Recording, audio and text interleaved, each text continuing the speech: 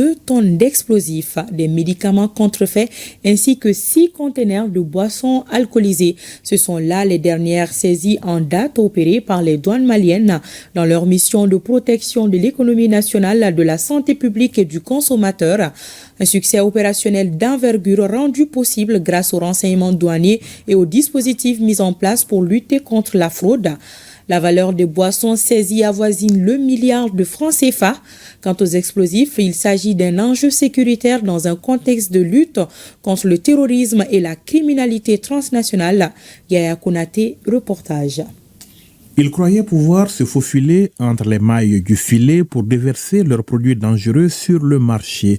Mais c'est ici, dans les entrepôts des douanes du Mali, que ces camions ont été conduits avec leur cargaison explosive au sens propre du terme d'un côté et au figuré de l'autre.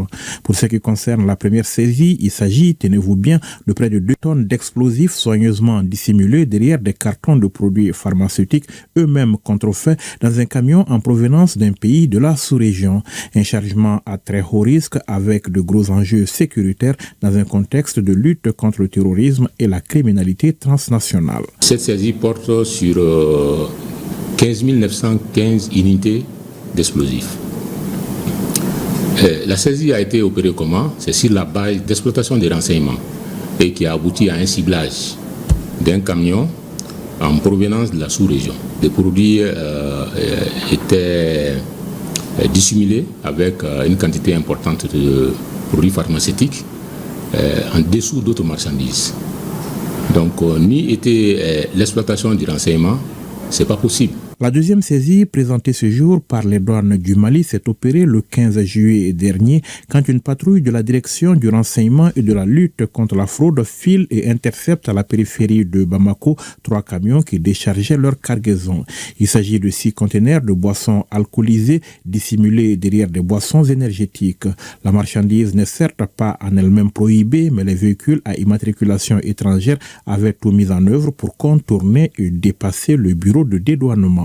Cela dans un contexte où l'État malien a adopté des mesures fiscales renforcées avec une taxation spécifique sur certains produits, notamment les boissons alcoolisées.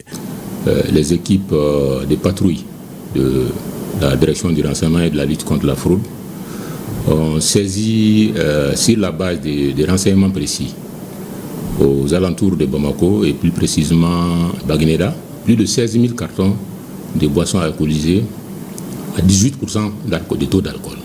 Donc, cette saisie a été effectuée en total contournement de la procédure douanière. Heureusement que les services de surveillance sont là pour mettre l'État dans ses droits.